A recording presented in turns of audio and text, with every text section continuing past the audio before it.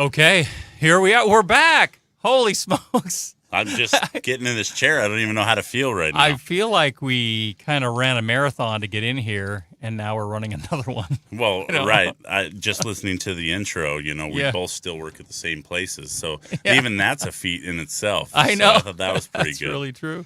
Yeah. Well, today we don't even have a special guest, really, except for Sean Denovan. I mean, Sean's always special. I don't know how much more special you can get there. He's helping us out big time today, so we appreciate that. But yeah, we forgot everything except for our own opinions. We're supposed to do, yeah. Yeah, exactly. And you're racing around fixing everything. But anyway, yeah, we're back, Karaoke Brothers, and man, it's been an interesting break for us both, hasn't it? It sure has. Yeah, I know we've touched base a little bit throughout the difficult time, I think, for all of us. So it changes day by day in everything that we're doing right now. So the kids are good. I'm healthy. Everything's going all right. Looks like you're doing good. Yeah. Still not married again. That's good. Still being rejected by every woman known to man. But, it's okay. It's all that's good. Because I think you put your opinion out there. But I know. You speak too much, but that's fine. Okay. It's okay. She's out there somewhere. She's out there. Somewhere out there. Speaking of that, karaoke. Yeah. Somewhere out there. I don't know the rest. You don't know the rest? See, I was thinking, what could be better than "It's my life, it's now or never, and I want to live forever." Yeah. Right? Yeah, I like that. Yeah. Kind of goes in flow with the COVID. It's our lives. We're making decisions. You know what we need, though, is we need a COVID song. We do. What would that be? Well, I mean, if you could think of a COVID song, what would it be? It's a good question, right? It really is. Maybe we have to write one. Maybe we can have your mom help us, and we'll write a new theme song.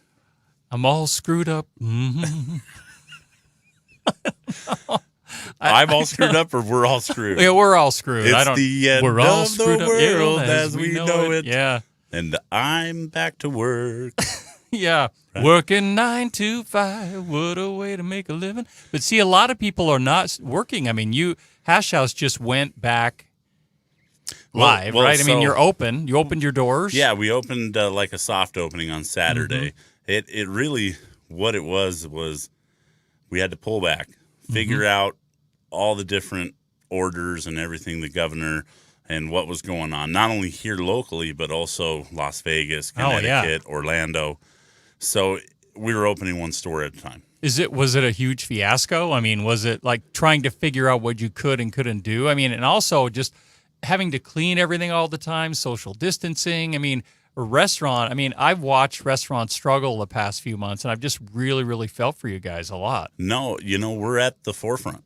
Yeah. It's something that it's an education thing, right? You got to educate the market. So a lot of people don't read the CDC guidelines. A lot of people don't do any of the CDC guidelines? Yeah, believe it or not. No. And then not only do you have that, but then you also have a governor that's going through like Sisolak just closed all the bars a couple of weeks ago in Las Vegas. So what? Yeah. Closed the bars. Okay, I got a question for you. How does Vegas survive without bars? Well, it's seriously. They go to the casinos. So the casinos, they still serve alcohol? Right. How does that work? Well, you're at a machine and you're social distancing by yourself. They're talking bar tops. People weren't following the... and now, sitting beside each other at the bar. Well, what is a bar? It's a social interaction. That's what you're looking for. That's true. Whether you're going in and talking to the bartender or whether you're going to meet friends or whatever, it's a social interaction. Yeah. So they said, if you're serving food... you can be at a table, just nobody at the bar top.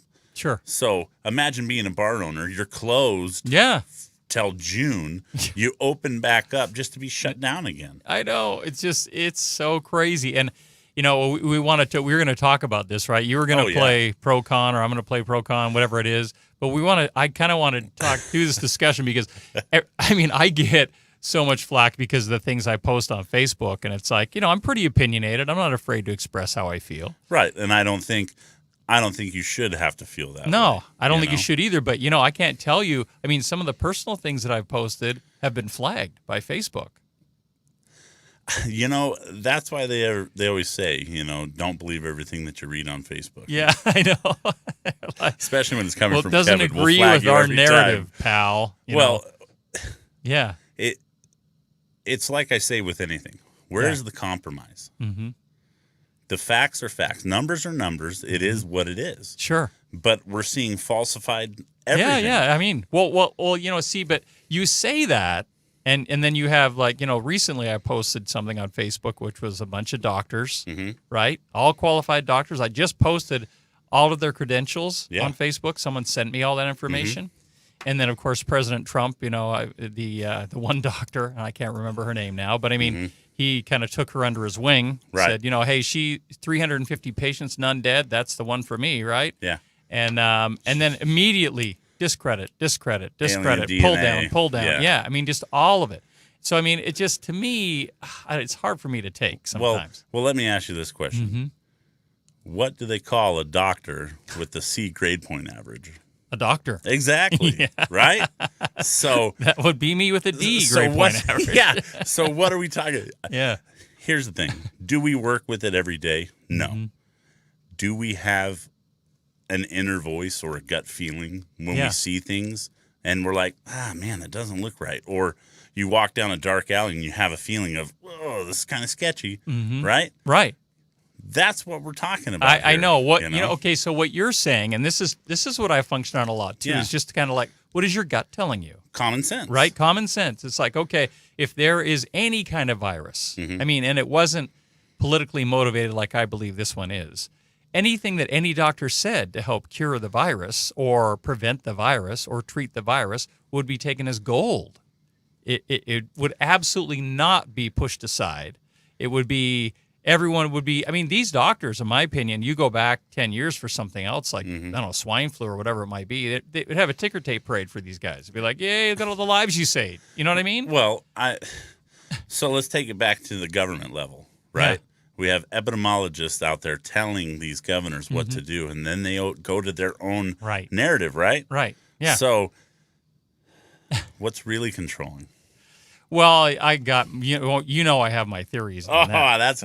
That's why I like to open up. That's right. Okay. The beeswax or the ball of wax there. But I do believe that the CDC is maybe tied into the WHO, the World Health Organization. That's why we pulled funding. Right, and so and I think that there are nefarious things at work at this point. I think there are people out there who would like to get control of the main populace of the world. I do believe that they would like to eliminate cash as we know it, that they would like to have a Bitcoin type cash system so that they can kind of keep track of all expenditures. And then, when you really look at this thing closely, I mean, the social distancing, all the things that have been happening, I mean, they're really ushering in a new world with being able to track people at a level that they've never been able to track them before. I mean, they can track you with your cell phone now. Well, everybody's on this, right? Right. But I mean, if you, I don't know how far we're going to get down this rabbit hole, but I mean, if you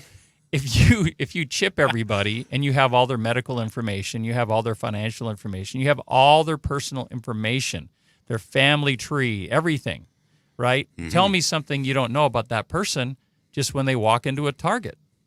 Do you know what I'm saying? When they walk into a Walmart, when they walk into any store, and beyond that, I mean, certainly it sounds like it would be very convenient to have that because you wouldn't have to carry your wallet around anymore. But seriously, you want to be tracked? So what you're explaining is the whole plot to WALL-E. If you've ever seen the movie WALL-E, this is exactly the direction that I think that's what you're talking about. Okay, explain it in case someone hasn't seen it. If you've never seen WALL-E, they leave planet Earth because it's getting overran, right? Sure. Trash, everything. So they leave planet Earth, and then now they're in this space station in space, and they're looking for, the Earth to come back and so they can repopulate. And so they find that. It goes up to the spaceship, and then the robots decide that they don't want anything to change because all of the people are obese. Overweight. They just go around in chairs. They just flick through whatever they want. Really? Exactly kind of what you're talking about. Yeah. But I also look at this But aren't the robots kind of taking control? I mean, the internet, when you think about it. Well, so that's why I said this. Yeah. This will fit right along in your plot. I mean, it really kind of makes that same sense. I mean, artificial intelligence is real. I mean, they can recognize who you are. Have you seen that robot that can do a front flip? Yeah, I've seen that too. Yeah. So there definitely is advances that we don't know about. That we've never seen. Exactly. And I think there always has been. Of course. But I look at this. Where do these movie ideas come from? Well, exactly. You know what I'm saying? Oh, yeah. Where totally did 1984 come from? Have you read the book? Okay. Orwell's book. Does it have pictures? 1984. Does it have pictures? No girls in bikinis in that one. Well, then I'm out. of your wife, of course. Yeah, right. Of course. Yeah, I'm sorry. This is a family show. So. You know, but I also look at this pandemic totally differently through a different scope. Yeah. And the way that I look at it through is, man, I've just enjoyed being with my family. Yeah, I mean, if you're looking at the upside of what's happened, yeah. Sure. Okay. You know, and that's kind of where, when it's unknown, your initial reaction is fear. Of course. And everybody can relate to that. We all fear the unknown. We all can relate to that. Everybody's scared to die. Let's face it. I mean, it's like, we don't know what's going to happen. Well, that's a great thing. Yeah. Are you okay if today do you feel your life is fulfilled? Sure. And I think that's the difference in what we see on the different sides of this, right? Like, I will go out and shop for my family. Not saying that I'd love to die or anything like that, and I'm sorry if it sounds like that, but I'm okay providing for my family and being on the front line because I know that I need to be there. Yeah, I need to be there. You feel a responsibility for that. Right. So I've just really enjoyed the time that I've never been able to spend with my family like I was able to. Yeah. So I almost looked at it like a little vacation. Yeah, that's nice. You know, kind of get back to the family. Take your Trump change, save it, invest it. Well, the funny thing is if you're reading and you're watching and you're seeing, a lot of people took this money and reinvested it. Oh, right? They bought cars and they bought side-by-sides and they bought RVs. Yeah.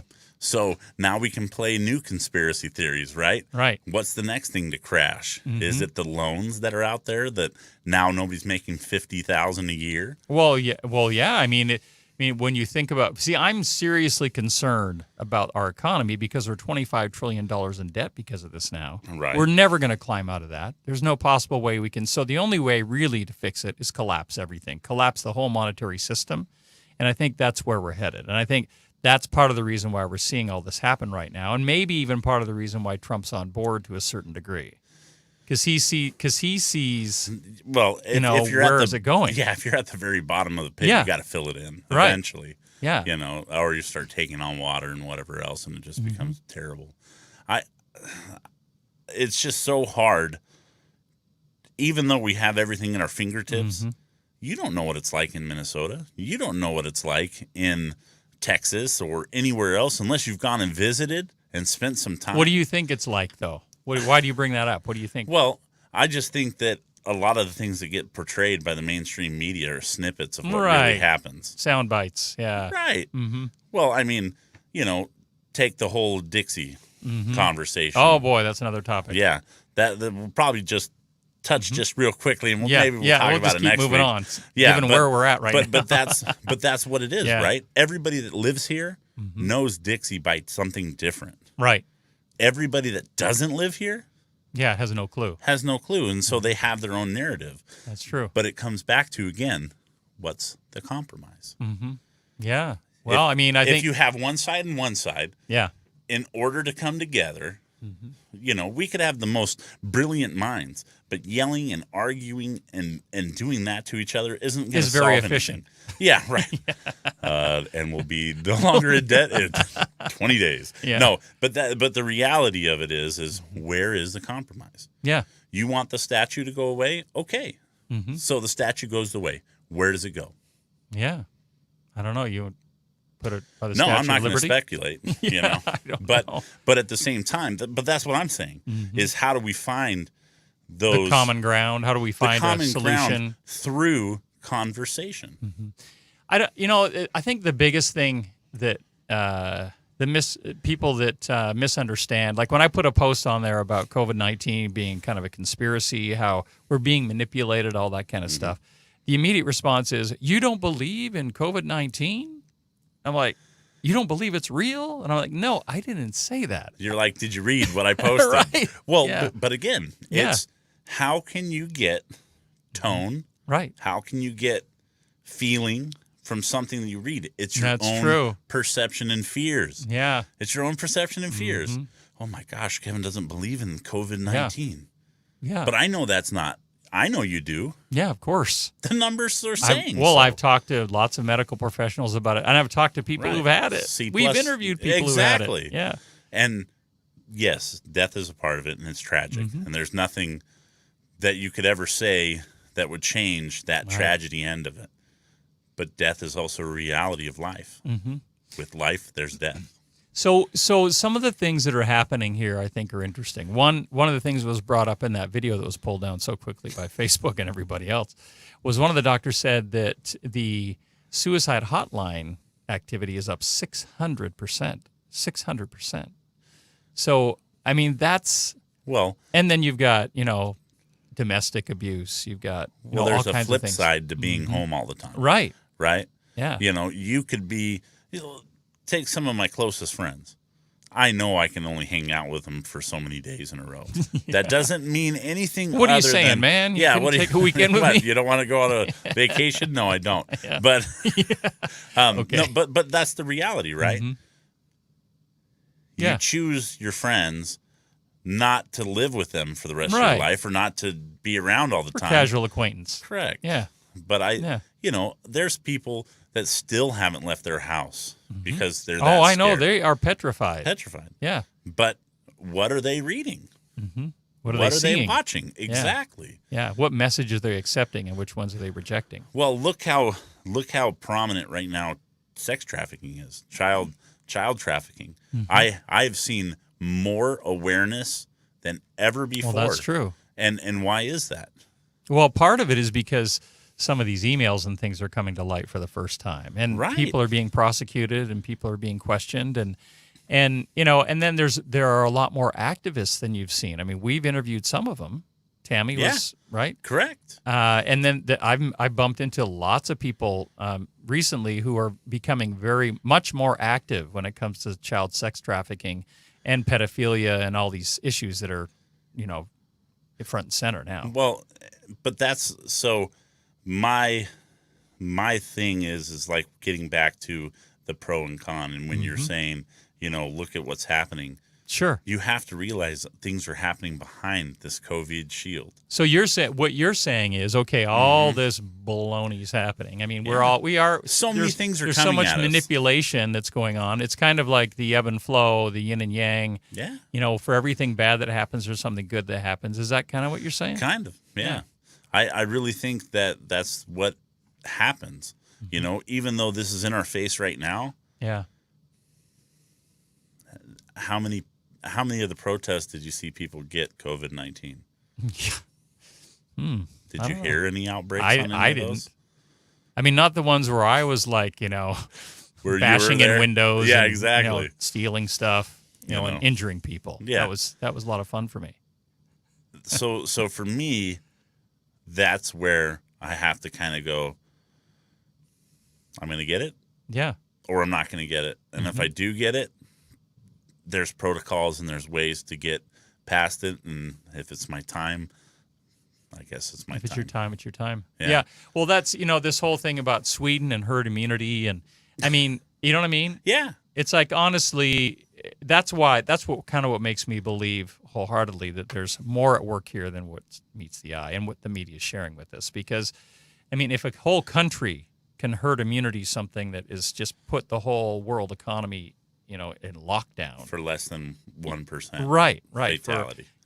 And, and I have to back that up a little bit because you remember when we were talking to Steve Kirkland. Yep. And he's a pharmacist, and he was talking about building your immunity and all that. But Steve was really, really petrified this was going to be a 5 or 6% death rate. Right. I mean, he thought it was going to be the worst thing that we've ever seen on the planet besides the plague or, whatever. So, it's nice that now that we've come full circle to a certain degree, that it's really less than 0.5%, and the majority of people who've caught COVID, have contracted it, have recovered. The vast majority. Well, you go on the Southern Utah Health Department, and it's now 13 new cases. Yeah. Yeah, is that right? Yeah. So. Yeah, I don't know. So I just think that there's a lot of things going on out there, and there are a lot of people scared, and there are a lot of people who don't know what to believe. Right. I mean, we're having this conversation right now, and I think there was a time in America when we would kind of come together. Yeah. We would say, okay, let's find solutions. Let's figure out how to solve this problem together. Yeah. It's interesting that, I don't know if Susie Lafayette, who's the Washington County Fair. She's probably listening right now. Yeah, I hope she is. She is. But I mean, have you heard what their slogan is? No. You haven't heard it? We're better together.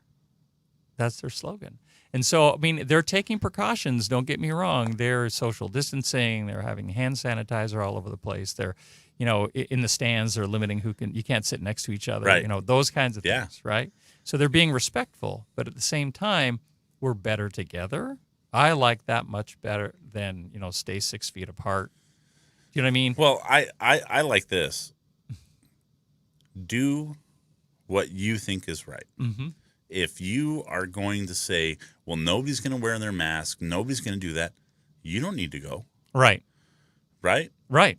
Exactly. And if you don't want to go into Costco, don't go to Costco. And if you want to go and you're okay with wearing a mask, yeah, that's okay too. Sure. Why is that not okay? Well, why do you have to be the demon? Well, I told you, I posted that on Facebook about the guy in Costco that walked by me and mumbled something, and I was like, did he say something to me? And then I was like, hey, did you say something? And he's like, yeah, you're not wearing your mask right. And I had my mask below my nose, right? And I was like, my blood started to boil. I'm like, hey, you just entered my private space there, dude. You know what I mean? That's kind of the way I felt. So I calmed down. I counted to 10. Yeah, just turn the other cheek, buddy. Give him a hug. The counseling, I would have hugged him. The counseling, you would have hugged him. I would have hugged him, and I would have been like, you know what? I believe hugs, not slugs. That's what I would have said. You would have hugged him.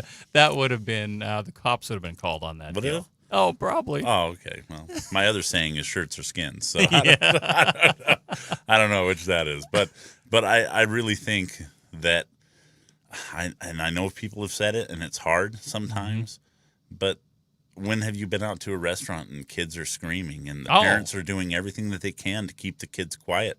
Yeah. But they're able to have the space, and if it's something that you can't stand, then right, you have that freedom. Well, the thing that bothers me the most about this whole thing is that a lot of our freedoms have been taken away. I mean, we can't.